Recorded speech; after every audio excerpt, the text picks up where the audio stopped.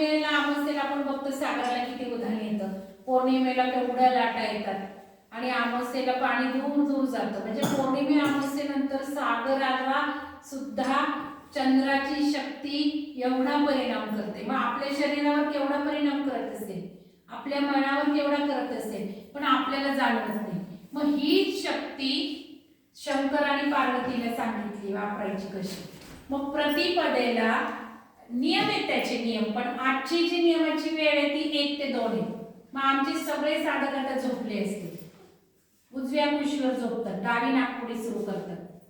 मग डावी नाकपुडी आपल्या फायद्याची असते आणि मग 1 तास ते झोपतील डोळे झाकून आणि डाव्या नाकपुडीवर सगळ्या गोष्टी झालेल्या बघतील.